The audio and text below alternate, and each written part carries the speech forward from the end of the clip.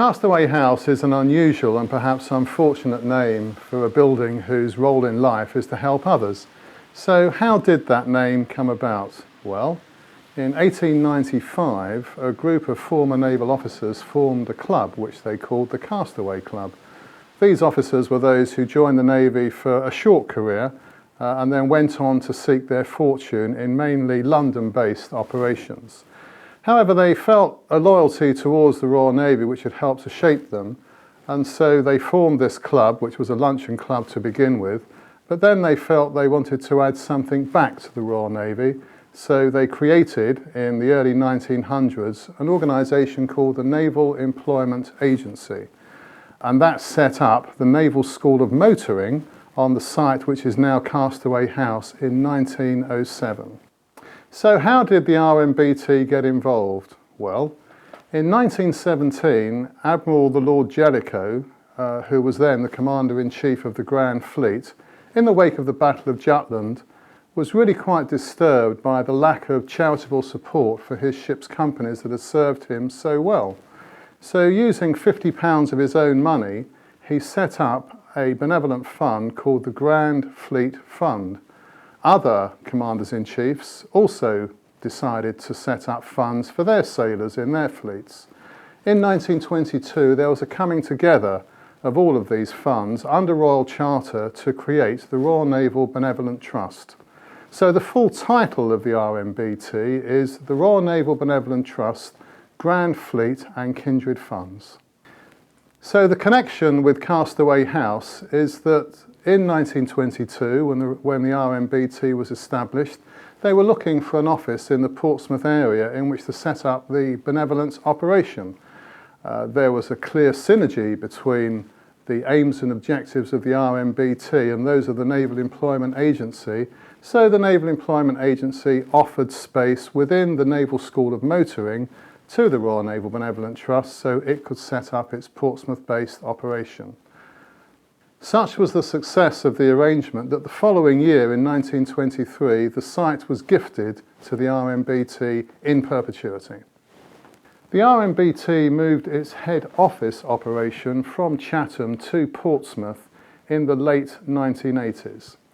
At that time, there was some spare capacity within Castaway House, which had been redeveloped quite substantially, such that we were able to accommodate other charities who felt that they wanted to move into a purpose-built building whose output was helping other people. The first organisation to come alongside was the Royal Navy and Royal Marines Children's Fund in early 2000. The Royal Navy and Royal Marines Children's Fund is a charity that started by two orphanages, one in 1834 and one in 1902. We support 2,000 children and we spend £1.3 million a year. The ways in which we support vary a huge amount. It could be from nappies once a month costing £40 or a grant for special needs education or equipment. So the amounts don't really come into question. The trustees decide what the need is. And their thoughts are always, if you give quickly, you give twice, because people who come to us, it takes a lot of courage to come to a charity, and so we try and get a decision as quickly as possible to write things for them. The great thing about being in Castaway House is there are a number of charities here, and between us we can make up a good package of care covering all aspects of need. So actually people can walk off the street and get the help they want, obviously if they need it. Our team is very small. We have two caseworkers and a bookkeeper paid for by Greenwich. And then there's Claire and myself. Claire is the assistant director and she also runs our events. As Monique says, I get the fun bit. I get to go out and work with people and tell them about us. I organise events for the charity. I primarily am raising awareness. I manage our website and our Facebook page. For the last 5 years, we've run a children's art competition. This year, we themed it around book characters. We linked up with Aggies downstairs, who have their lovely storybook waves. We targeted children, not only children that are beneficiaries and the families that we've worked with, but at schools in areas where we have a naval presence. It helps us tell people who we are, what we do, and that we're here and why we're here, and that we can help families that need us. That way, our caseworkers, that bit's done for them. The families then know where to come and how to find our caseworkers and tell them what it is they need from us. As the RNBT reduced its headcount still further, so more space was created within the building and more organisations were able to move in, until we have the building which is now the home to 9 individual organisations, some with a virtual presence and some with a full-time presence within the building. Hello Corinne, I'm Anna Wright, Director of the Naval Families Federation, and what we do here is we are the independent voice of naval families, and we have a little team that answers queries from families, any member of the family, and we are in the privileged position that we have the ears of senior management in the Navy and also the government, so we can get policy changed if necessary. Over here we have Sarah, who is our editor of Homeport, our magazine that goes out to the families and passes on information that the families may not hear because the sailor in their life or Marine might not pass it on to them. The team over here answer the phone. People can contact us via email, Twitter, Facebook. We go out to families' days, and the team are really interested to know, to help out if people are having issues that they can't get resolved, or to let us know of things that they think affect policy and need to be changed. Through here is my deputy, Jane Williams, who is an absolute specialist in accommodation issues and helps out our families. Perfecto. So due to the unique nature of naval family life, with the most separated service, so families can be apart for long periods of time, there can be a loss of mobility, so issues such as trying to find a dentist, school places, a lot of challenges that ordinary families don't face, and we aim to be in the corner of those families, representing and supporting them. Our projects are normally designed to dovetail into the 2 areas above. Storybook Waves, for example, allows a sailor or Royal Marine to record a child's bedtime story, so that in the Storybook Waves tagline, even though my daddy or mummy is away, they always read me a good night story. As a Christian charity, Aggies is motivated by Christ's love and compassion for everyone. This means that the spiritual and faith element of life in its fullness is vitally important to us, and we long for others to find it also, but freely and in their own time. Our work and services are available to everyone, irrespective of belief or lifestyle choices. That's Aggie Westerns in a nutshell. Check out our website for more information or to find out how you can get involved. Hello, welcome to Naval Military and Air Force Bible Society. My name's Matthew and I'm the Executive Director. Naval Military and Air Force Bible Society was formed in 1779 when 2 Methodists were walking through London and saw soldiers misbehaving in Hyde Park as they'd come back from the wars in America.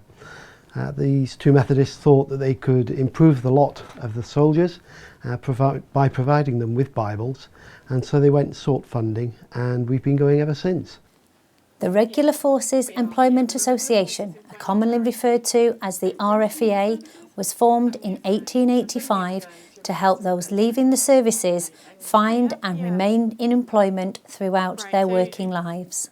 The RFEA closely works with the other services charities and is the employment arm of the Ministry of Defence's resettlement process, known as the Career Transition Partnership. Those leaving the services can engage with the process up to 2 years before they leave and for 2 years after they've been discharged. In short, the RFEA provides a no-cost recruitment service for organisations seeking the best of the best while providing employment advice to those seeking employment. We are now on the west wing of Castaway House, where we will meet Sarah from the Women's Royal Naval Service Benevolent Trust. Hello, Sarah. Welcome to the Women's Royal Naval Service Benevolent Trust.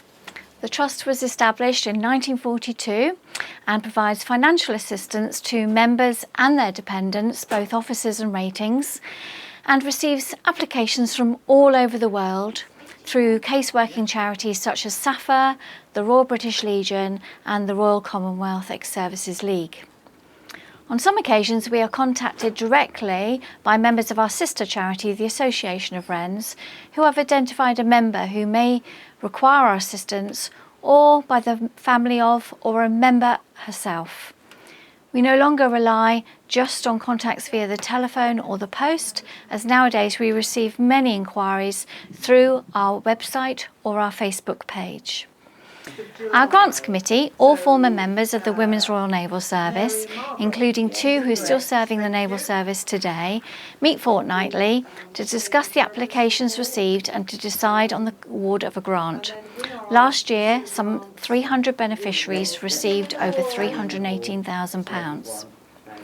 That financial assistance might be awarded by way of regular grants to older members towards the cost of care to be provided either in their own home or in a care home, or simply to help them make ends meet. We also pay regular grants to a number of our younger members who are unable to work through serious physical or mental health problems and who simply would not be able to manage without our support.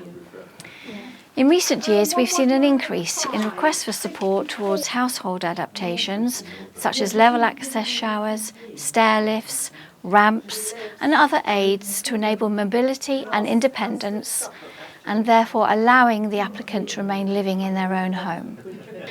We receive many letters of thanks from beneficiaries expressing their appreciation for their grant, and they often highlight the difference the award of a grant has made to their lives with comments such as, "It will prove a great luxury after the winter I have just had, mopping and sponging the rain 5 or 6 times a day," and that from an elderly applicant struggling whilst waiting for hip and knee replacements.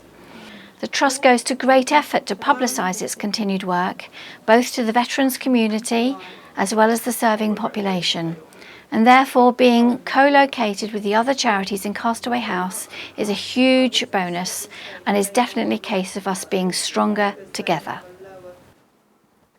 Welcome to Seafarers UK. Here are Julie and Alex to tell you more about their charity. Thank you, Corinne. Seafarers UK was formed in 1917 to help people in the maritime community by providing vital funding to support seafarers in need and their families. 98 years later, that is what we are still doing, by giving money to charities and projects that are making a real difference to people's lives across the Royal Navy, Merchant Navy and fishing fleets. Last year we delivered 93 grants totalling £2.5 million, helping to improve the lives of over 170,000 seafarers and their dependents. This figure is further increased, taking into account our work in improving efficiency, collaboration with other maritime organisations and our campaigning on behalf of the wider maritime sector. Our head office is in London, however we've always had an office here in Portsmouth and we also have a presence in Scotland. When we were looking for new premises several years ago, RNBT were quick to offer us an office here in Castaway House, which we were delighted to accept given the support we have given to many of the charities within the building. Here in Portsmouth, we have Alexandra Sard, our Community Support Manager, and myself, Julie Bean, Fundraising Manager for Individuals. Community fundraising is a key part of our fundraising strategy. 120 volunteers around the country in committees and groups work hard around the year to raise funds for Seafarers UK and to spread awareness. These funds are used in turn to support our grants. I am also responsible for coordinating fundraising concerts for Seafarers UK with the Royal Marines Band, with whom we work very closely. In 2017, Seafarers UK will be commemorating its centenary. While we will acknowledge all that we have achieved over 100 years, it will also be very much about looking ahead to the future, one which we know will include the many organisations within Castaway House. The RNBT's main task is to counter the effects of poverty in Charity Commission terms. We deal with up to 70 cases every week. In order to do that, we employ 2 full-time grant administrators and they have 2 part-time assistants. The aim here is to deliver charitable benefit in a timely and efficient fashion. We also run a care and nursing home and an almshouse. The RNBT is a large charity employing more than 100 staff and turning over about £5 million every year. It's a complex financial operation that's headed up by the financial controller, assisted by an accounts officer who also runs the HR side of the Trust's operation. We publicise our work through social media, our website, and at a number of events throughout the year. Costs are kept to a minimum consistent with providing a world-class service. We're an experienced, multifaceted organisation with a voice that both needs to be and indeed wants to be heard in the wider charitable arena. We run a sound, well-structured, efficient and sustainable operation which we're very proud of. So there you have it, Castaway House, a collection of charities and organisations operating in harmony. Our aim is the cost-effective delivery of charitable benefit, and we believe we do just exactly that. The Navy uses the expression, the team works.